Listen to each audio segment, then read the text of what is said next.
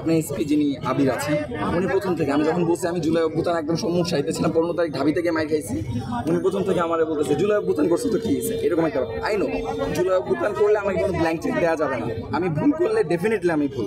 আর sir এটাও আপনার বুঝতে হবে, আপনি আমাকে ভুল ধরায় দেওয়ার জন্য আপনাকে আমি 2 মাস সময় দিয়েছি, পুরো প্রশাসনকে। প্রশাসন তো 2 মাস আমাকে ধরায় দেয়নি। আপনি জানেন একটা ছেলে যদি একদিন মিস দেয় ওর কিন্তু 12টা ক্রেডিট পায় একটা ইয়াতে। পাবলিকে যতটুকু সুযোগ পাবে প্রাইভেটে সেই সুযোগটাও নেই, ওদের টাইম খরচ করার কিন্তু কোনো ধরনের সুযোগ নেই।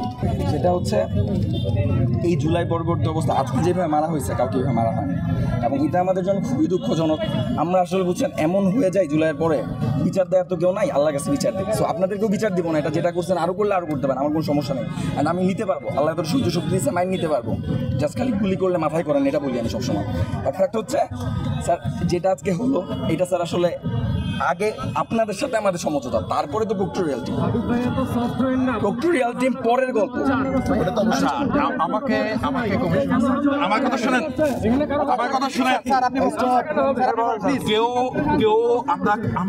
আমরা যারা ইউনিফর্ম করি আমরা সবসময় জবাবদিহিতার মধ্যে আমাদের রুলস রেগুলেশন সবকিছু আমাদেরকে মেনেই কাজ করতে হবে।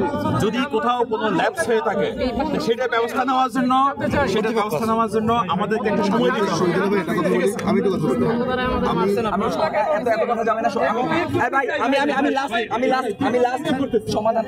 সমাধানের কথা বলি। সমাধানের কথা হচ্ছে স্যার ইউআই প্রশাসন এখানে আসবে, এসে এই যে শিক্ষার্থীগুলো আছে আপনাদের সামনে বসে লিখবে যে এগুলো বহিষ্কার।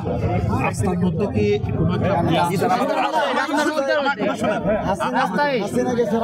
ইউআই প্রশাসন সম্ভবত একবার আসছিলেন।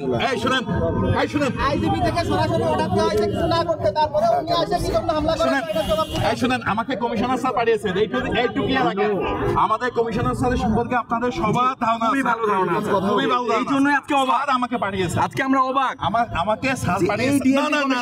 আমরা কেন এমনটা? আমার কথা শুনেন, যদি কোথাও কোনো ল্যাপস হয়ে থাকে কোনো কিছু থাকে সেটা তো আমরা ব্যবস্থা নিচ্ছি প্রতিনিয়ত, এটা আমাদের অনগোয়িং প্রসেস। যদি এরকম কোনো কিছু থেকে থাকে, কোথাও কোনো বাড়াবাড়ি বা কোনো অতিরঞ্জিত কিছু থাকে সেটা আমরা অবশ্যই ব্যবস্থা নেওয়ার আমাদের প্রক্রিয়া দিয়ে থাকবে। কিন্তু এখানে যে রাস্তার মধ্যে যে পজিশন একটা নির্দিষ্ট মেসেজ পৌঁছানো, মেসেজটা প্রাথমিকভাবে একটা প্রক্টোরিয়াল টিম আসছে, ঠিক আছে, তারা হয়তো একটা আলোচনা হয়েছে, সেইটার পরিপ্রেক্ষিতে তারা চলে গেছে। তাদেরকে আমরা শুনেন, তাদেরকে আমরা কিন্তু তারা কিন্তু আমার আসছেন, তাদের সাথে আমাদেরও কিছু কথাবার্তা হয়েছে।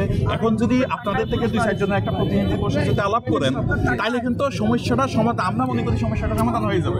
আচ্ছা স্যার, আর যদি সমস্যা যদি সমাধান না হয়, কোনো জিনিসকে একেবারে তাৎক্ষণিক এখনই সমাধান হতে হবে এরকম আমরা তো সময় আছে, একটা প্রক্রিয়া দিন।